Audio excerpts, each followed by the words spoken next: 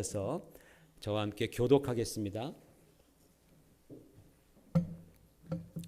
그가 어떤 사람은 사도로, 어떤 사람은 선지자로, 어떤 사람은 복음 전하는 자로, 어떤 사람은 목사와 교사로 삼으셨으니 이는 성도를 온전하게 하여 봉사의 일을 하게 하며 그리스도의 몸을 세우려 하심이라. 우리가 다 하나님의 아들을 믿는 것과 아는 일에 하나가 되어 온전한 사람을 이루어 그리스도의 장성한 분량이 충만한 데까지 이르리니 이는 우리가 이제부터 어린아이가 되지 아니하여 사람의 속임수와 간사한 유혹에 빠져 온갖 교훈의 풍조에 밀려 요동하지 않게 하려 함이라. 오직 사랑 안에서 참된 것을 하여 범사에 그에게까지 자랄지라. 그는 머리니 곧 그리스도라. 그에게서 온 몸이 각 마디를 통하여 도움을 받음으로 연결되고 결합되어 각 지체의 분량대로 역사하여 그 몸을 자라게 하며 사랑 안에서 스스로 세우느니라. 아멘. 앉으시기 바랍니다. 오늘 본문 말씀에서의 그 첫 부분은요, 하나님께서 교회를 세울 때에 그 안에 주신 직분이 있다라는 것입니다. 이것이 바로 첫 번째 요지입니다. 그리고 그 교회의 직분에 따라서 교회가 이제 견고하게 세워진다라는 그런 말씀입니다. 여러분, 교회의 직분은 주님이 주신 것입니다. 내가 하고 싶다고 하는 게 아닙니다. 그렇죠? 내가 원해서 되는 것이 직분이 아니라 예수님의 필요에 따라서, 교회의 머리가 예수님이시고 교회가 예수님의 몸이라 그랬는데, 예수 그리스도께서 필요에 따라서 직분을 임명하시는 것입니다. 세우는 것입니다.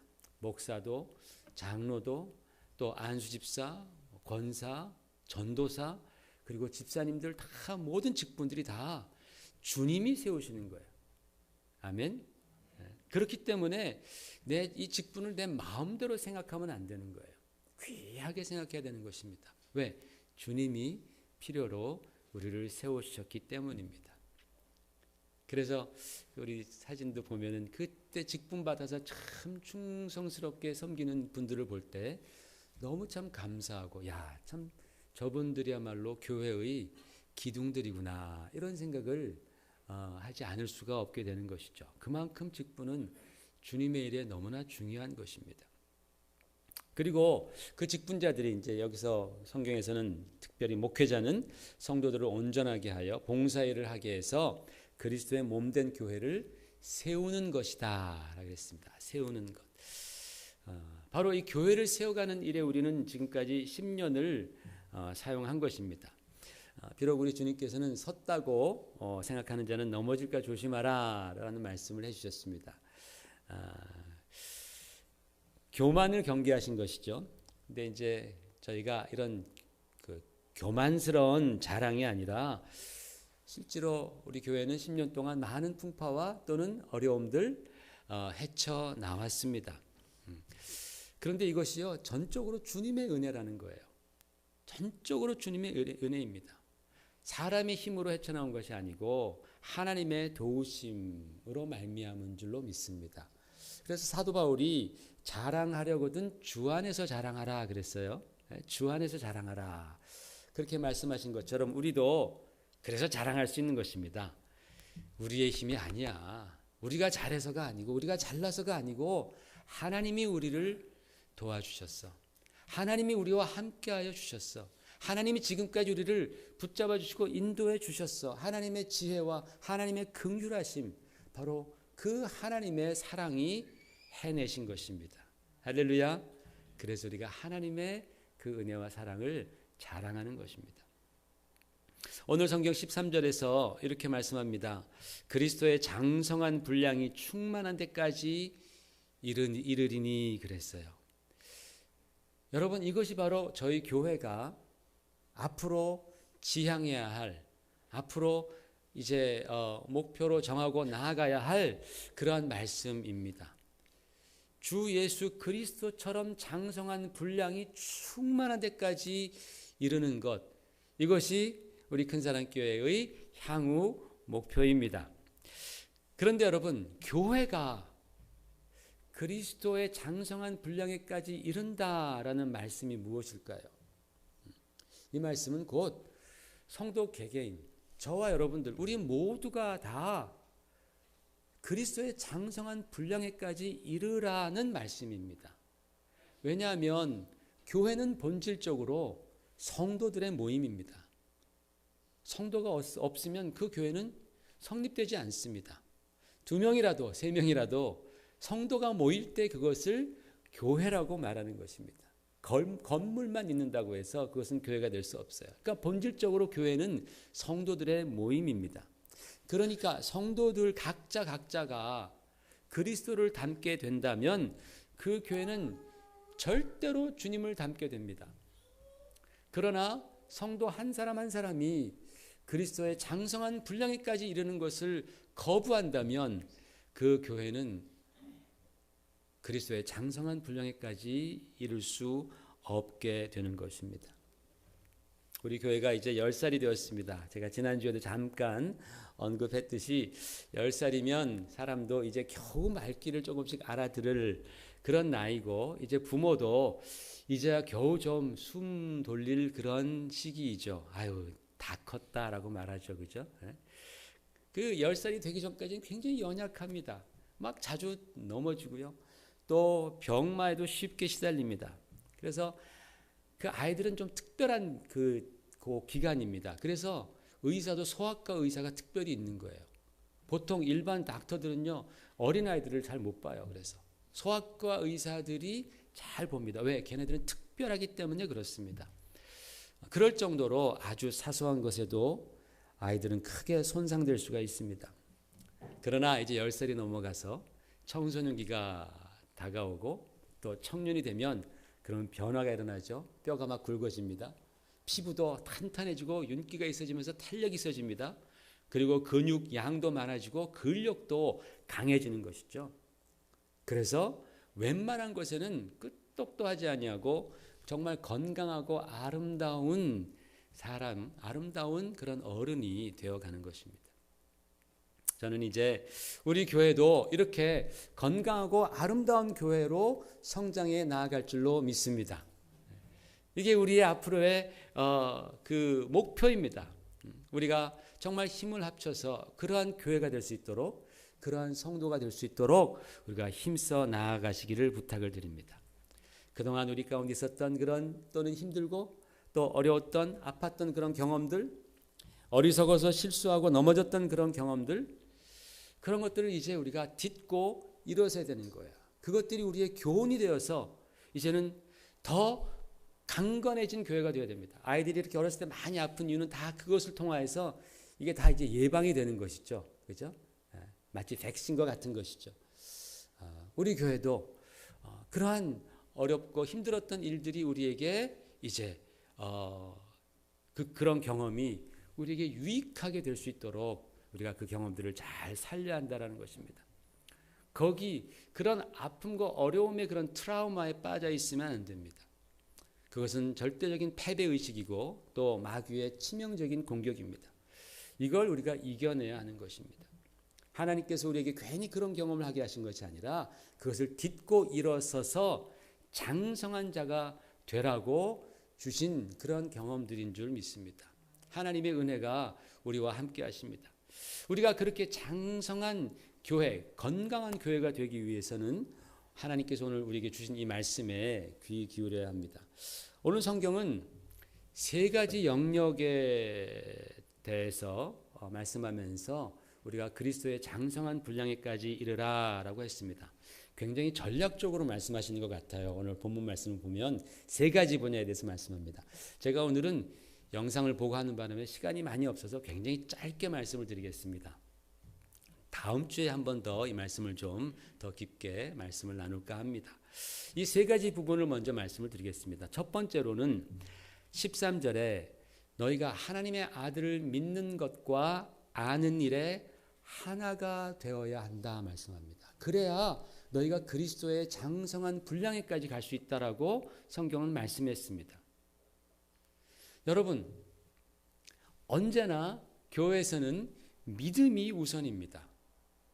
믿음이 먼저입니다. 그냥 믿는 것이 아니라 알고 믿어야 한다는 거예요. 왜? 하나님의 말씀, 그 말씀을 잘 배우고 우리가 믿을 때 우리의 믿음은 더욱더 강화됩니다. 지난주 부활절에도 부활하신 주님께서 주신 두 번째 메시지가 믿으라였어요. 그죠? 너희가 믿지 않는 자가 되지 말고 믿는 자가 되라라고 주님 말씀해 주셨습니다. 여러분, 우리는 믿음이 없이는 절대로 하나님을 기쁘시게 하지 못합니다. 믿음이 없이는 여러분이 아무리 예쁘게 입고 나온다 할지라도 믿음이 없는 자들을 하나님은 기뻐하시지 않습니다. 여러분, 믿음이 없어서 하나님이 기뻐하지 않는다라는 의미는 뭐냐면 나와 하나님 사이가 아직 화목하지 않았다라는 거예요. 화목되지 않았다라는 거예요. 하나님과 화목되지 않으면 하나님은 우리를 보실 때 기뻐하지 않습니다. 믿음으로 말미암아 우리는 하나님과 화목하는 것이죠. 무슨 믿음입니까?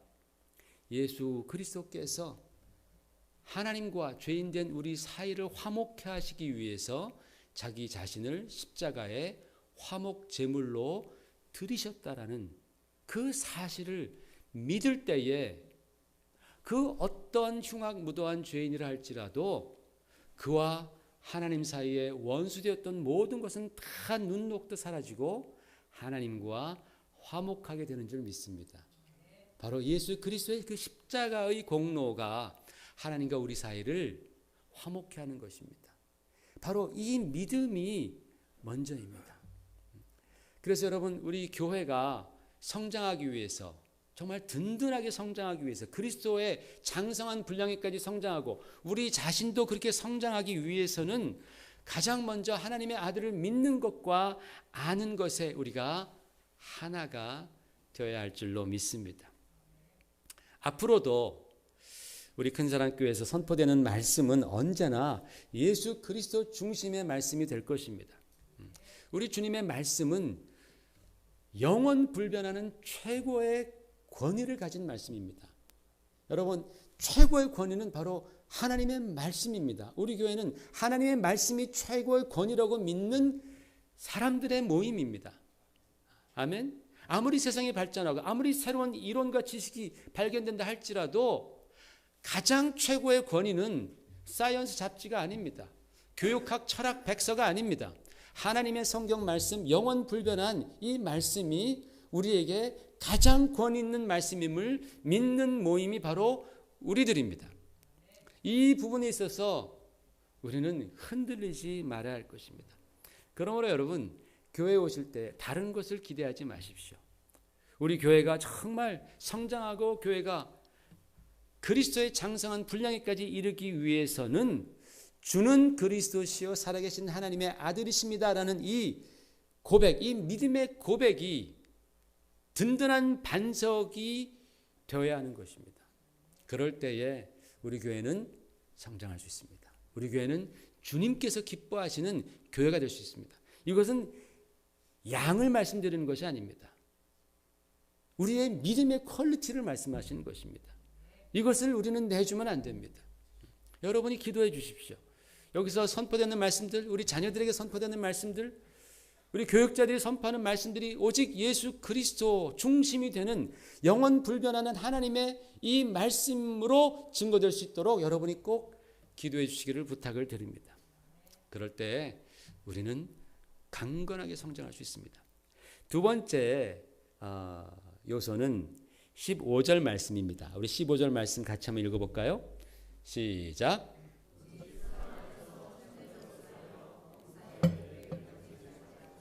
그는 머리니 곧 그리스도라. 아멘. 자, 그에게까지 잘할지라, 주님에까지 잘할지라. 어떻게 해요? 오직 사랑 안에서 참된 것을 하라라는 것입니다.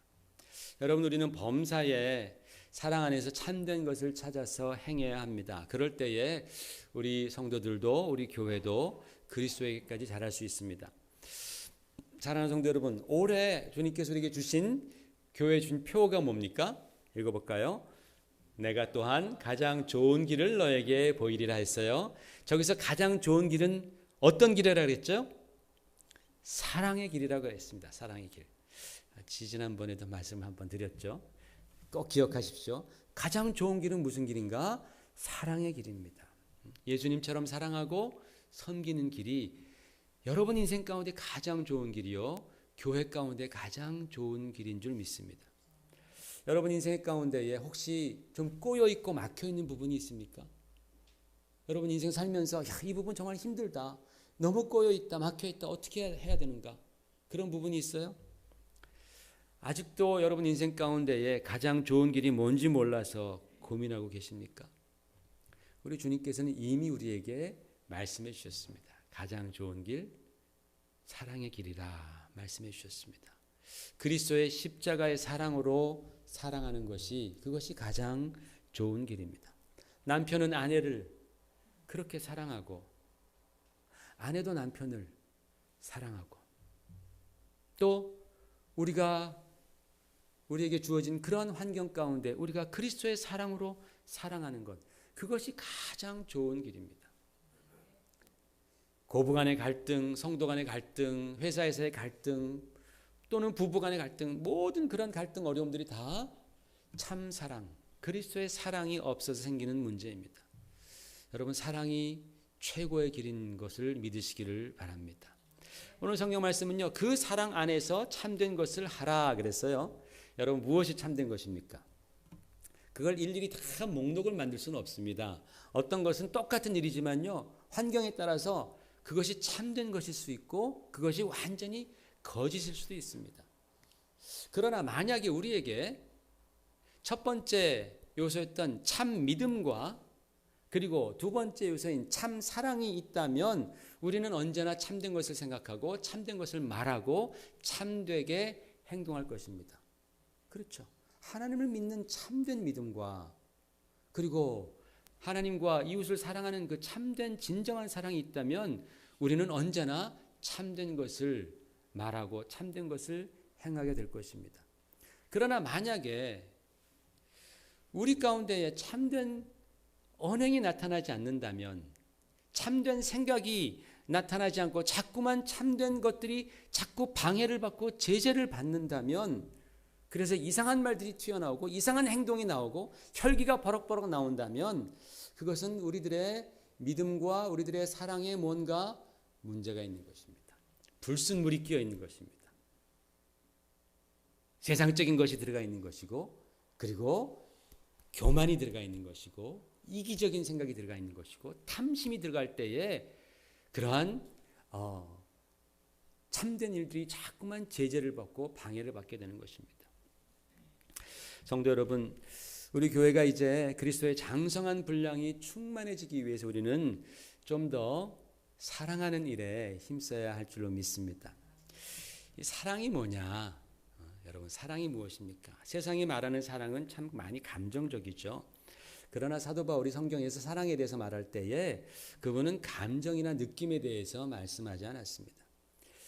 이 말은 사랑이 감정이 아니라는 뜻은 아닙니다. 사랑은 이모셔널한 것입니다. 감정은 굉장히 중요합니다. 그런데 생각해 보십시오. 우리들에게 사랑하는 감정이 있을 때는 우리는 누구나 다 사랑합니다. 그렇죠? 어떤 자매를 막 사랑하다가 그 자매가 오케이 해서 사랑을 얻었어요. 그러면 지나가면서 아무나 다 껴안아주고 싶어요. 그죠? 그 정도로 막 마음이 막 부유해지고 또 풍성해집니다. 막 미치도록 사랑하고 또 죽도록 사랑하고, 그 감정이 있을 때는 그래요. 손해봐도 좋고요, 힘들어도 관계없습니다. 사랑하는 감정이 있을 때는. 이것은요, 어린애나 다 똑같습니다. 남자나 여자나 또 똑같습니다. 심지어는 아주 악하고 나쁜 사람들도 이 사랑의 감정에 붙들리면 다 그렇게 변합니다. 이거는 그래서 믿음과는 관계없는 감정적인 문제라는 것이죠. 그러므로 이 감정적인 사랑은 기독교의 사랑의 특징이 될 수 없습니다. 그렇죠? 그건 누구나 다 하는 거니까. 사랑하는 감정에 빠지면 누구나 다 하는 거예요. 주님께서 말씀하셨을 거예요, 아마. 세일이나 창녀도 다 그렇게 할 것이라고. 그렇죠? 그 누구나 다 하는 것입니다. 기독교의 사랑과는 관계없습니다. 문제는 그러한 감정이 식고 난 다음에, 그죠? 눈에 씌어있던 그 사랑의 콩깍지가 떨어지고 난 다음에, 그때에 비로소 성경이 말씀하는, 주님이 말씀하시는 무조건적인 사랑, 희생하는 사랑, 바로 그 사랑은 그때부터 시작되는 것이다라는 거예요. 그런 의미에서 바로 인간의 감정이 끝나고 나서부터 참 그리스도인의 사랑은 시작된다. 그래서 사도 바울은 사랑에 대해서 말할 때 감정, 느낌 말하지 않습니다. 제가 이 부분은 다음 주에 좀 더 제가 다루도록 하겠습니다. 그러니까 주님께서 말씀하시는 이 사랑은요, 우리의 감정을 초월하는 하나님의 능력입니다. 그 사랑 안에서 우리는 참된 일을 계속해 나가야 합니다. 세 번째로는 우리 교회가 또 우리의 믿음이, 우리 성도들이 그리스도의 장성한 분량에까지 이르기 위해서 세 번째로 힘써야 할 것은 연합입니다. 16절 같이 한번 읽어보겠습니다. 16절 시작.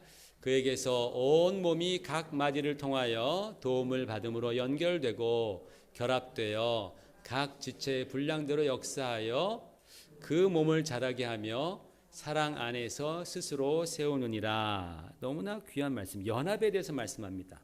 근데 여러분, 연합을 우리가 생각해 볼 때에 여기에 이 16절에 나온 말씀 중에서 굉장히 중요한 키워드가 두 개가 나옵니다.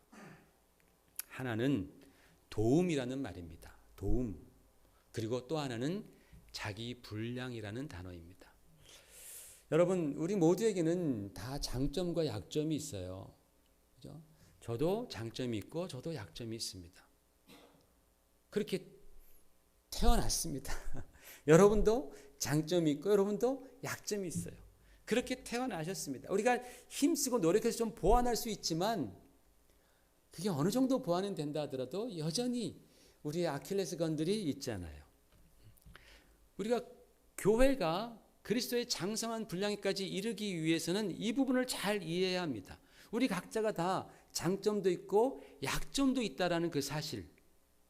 약점은 영원히 약점처럼 남을 수밖에 없는, 우리 죽을 때까지 그런 약점들이 있다라는 거죠.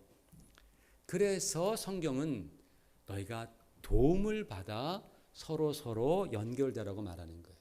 도움을 받으라는 거예요. 할렐루야.